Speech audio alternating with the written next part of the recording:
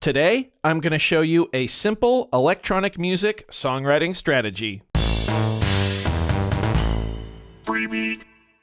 Hey, how's it going, everybody? Welcome to Freebeat, where I post new music-related content every single day, so if that sounds good to you, hit that subscribe button, ring that notification bell. Today's patron shout-out goes to Georgie. Thank you so very much for the support. Let's get started. So one pretty common comment that I see on a lot of videos, mine and others, is that folks are saying they have sometimes a difficult time coming up with variations in their patterns, or like secondary patterns, second sections of their songs. And I have a really fun strategy that I use in a lot of my writing that I've found really works for me, so hopefully it'll work for you as well. The strategy is so simple. Essentially, all I do is come up with multiple drum patterns before I start embellishing and working on the rest of the instruments for those patterns, if, of course, I'm starting with drums. So let's go ahead and do an example of that here. So I've got my model cycles. Let's get a kick drum pattern going on here. So there's our kick drum. Let's go get a hi-hat now, and we'll go yeah, just something like that. Nice. Just using the stock sounds here, really. Move to the snare drum. We'll just go 2 and 4. We'll go on the of 4 as well. Set that to trigger, I don't know, about half the time.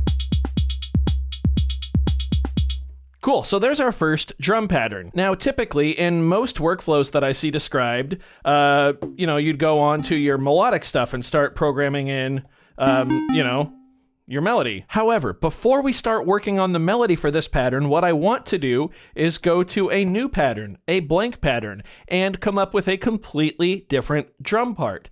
Now, the reason this strategy works is because if we start, working on the melody and the other components of the first pattern, when it comes time to go to the second pattern, when we want to make something different, we will already have that first pattern and melody in our head. Now, sometimes that can be helpful, but I find a lot of times that can be a hindrance, at least for getting started on a second pattern.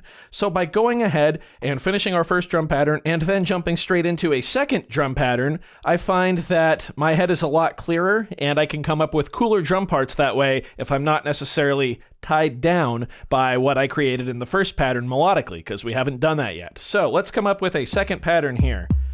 So kick drum wise, I'm just going to use the same sounds. I'm going to go dun dun dun dun dun dun dun dun dun. Yeah, so dun dun dun dun dun. Yeah, and then right here, I'm going to make this one happen every other time, maybe. There we go.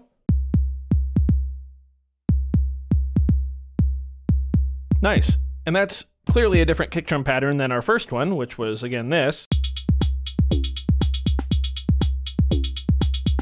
Cool. So back to the second pattern. Let's work on our hi-hat now. We'll go da-da-da, da-da-da, da-da-da, da-da-da, da-da-da. Yeah. Cool. And for snare drum, I'm just going to put one on beat 3, which is pad 9 on the cycles.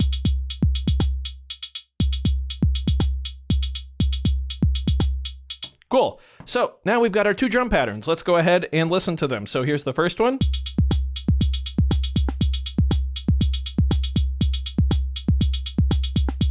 Now here's the second.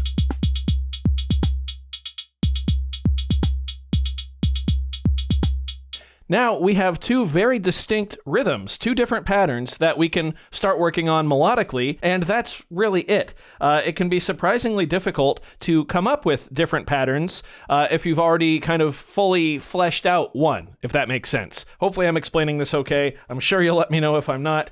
But yeah, let's go ahead now and go back to our first pattern here. And let's come up with some melodic stuff.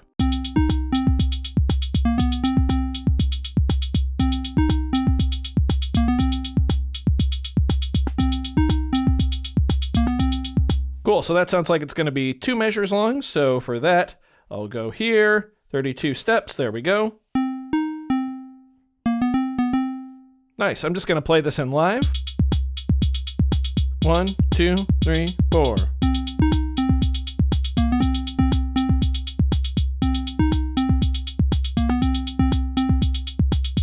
Cool. Now let's drop it down. 2 octaves, bring up the level a bit.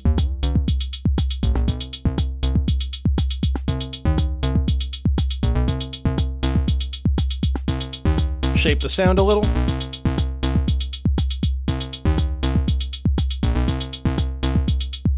Nice.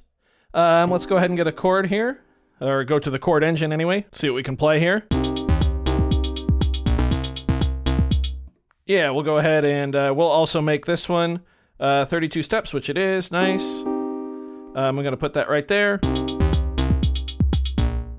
And now on the second measure, I'll put a step right here, and I'm going to change the chord itself. We will go major add 9. That sounds nice. And let's bring it down to an A sharp. To an A sharp, yeah. Yeah. Cool, so there's a basic pattern. Now, let's go to pattern 2. So now, normally, when we'd go to make our second pattern, the variation in the song, we'd already have this stuck in our head, and it would be kind of hard to know where to begin. But we already have drums for pattern 2. So simply all we have to do is now go to a melodic track here and figure out what we want to play.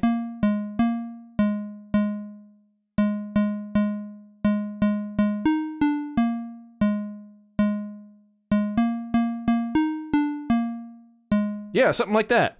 Let's go function. I'm going to make this 64 steps long. No, 32. We'll go 32. Cool. I'm going to go ahead and record this in here. 2, 2, 3, 4.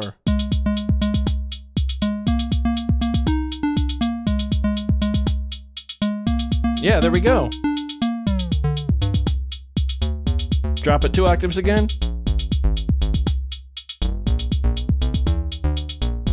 Again, shape the sound just a little.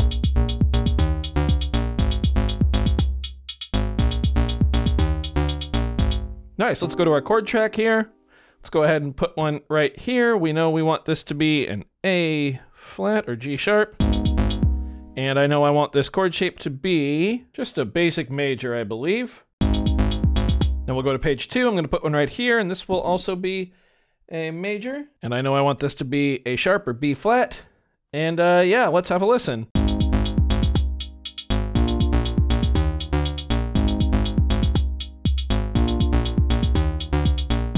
Cool, so there we go. We've got 2 patterns. Let's listen to them back to back here.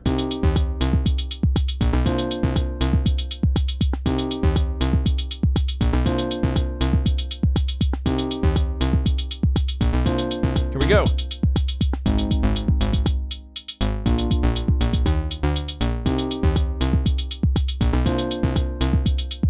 Yeah.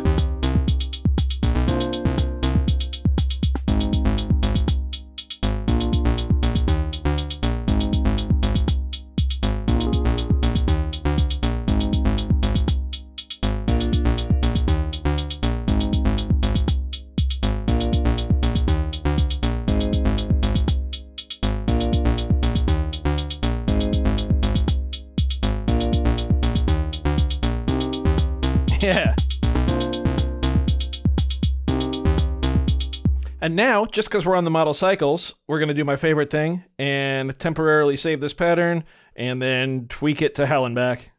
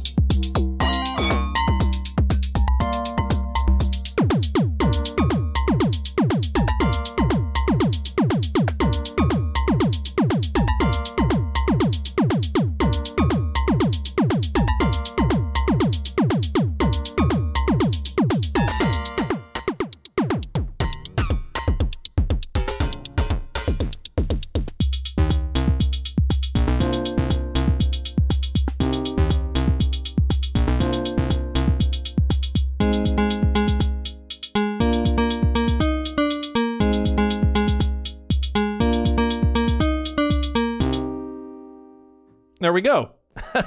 So there's a very simple strategy for electronic songwriting.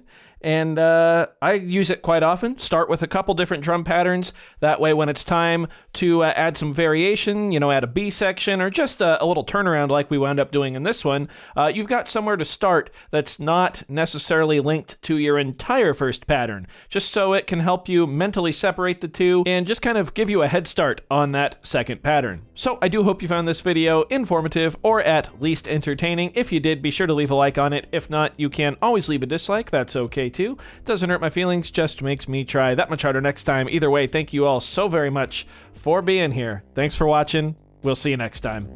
Bye.